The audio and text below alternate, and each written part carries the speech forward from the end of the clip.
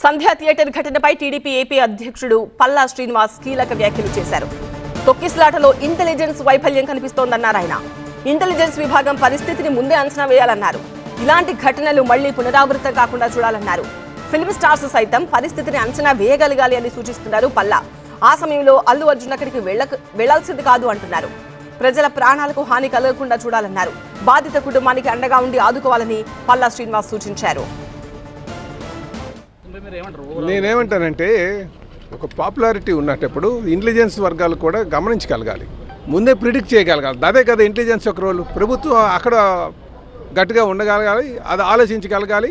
దాన్ని ఇంటెలిజెన్స్ వర్గాలు అంటాం. మరి ఇంటెలిజెన్స్ వర్గాలు ఫెయిల్యూర్ అని చెప్పాలా? యాక్చువల్గా ఫస్ట్ డే నేను కూడా మూవీకి వెళ్ళాను, నేను కూడా చూడలేకపోయాను. జనం చూస్తే అలా అంటున్నారు. అయితే ఏమన్నానంటే మళ్ళీ ఒకటి దీని నుంచి అనుభవం తీసుకొని భవిష్యత్తులో ఇలాంటి జరగకుండా చూడాల్సినటువంటి అవసరం ఉంది. ఒకరి మీద ఒకరు బ్లేమ్ చేసుకుని మళ్ళీ ఇలాంటివి ఉత్పన్నం అయ్యామంటే అది ఒక సిగ్గుచేటుగా ఉంటుంది. కనుక ప్రభుత్వం కూడా ఆలోచన చేయాలి.